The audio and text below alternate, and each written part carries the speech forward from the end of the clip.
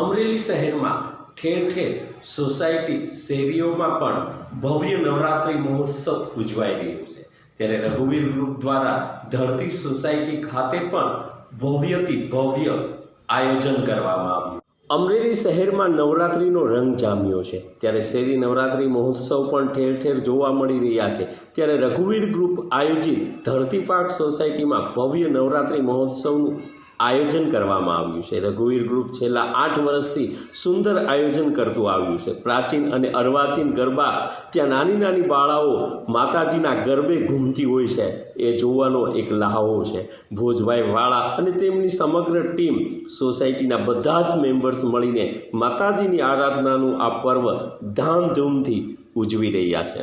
Group દ્વારા આવો આયોજન હે ને 2018-19 થી થતો આવો છે। 2018-19 થી આ બધા જે આ માતાજી બન્યા છે આ 2018-19 થી સતત ને સતત આ વસ્તુ ચાલુ છે। હા, જે નાની બાળાઓ હોય છે શેરીની આવી રીતના માતાજી બનીને આવે છે અને મોટી બાળા હોય રેડી થઈને આવે છે। જી, અને ખાસ છે મિત્રો બધા આયોજન કરતા હોય છે ને તમારે તો બસ તૈયાર થઈને રાસ રમવા આવવાનું હોય છે।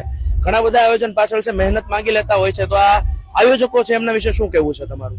અહીંના મુખ્ય આયોજક રઘુવીર ગ્રુપના મુખ્ય આયોજક ભોજરાજસિંહ વાળા અને અન્ય તથા જે ધરતી પાકના મેમ્બર્સ છે એ બધાની અહીંયા હાજર હોય છે ને બધાની સાથે જ આ બધું આયોજન કરવામાં આવ્યું છે।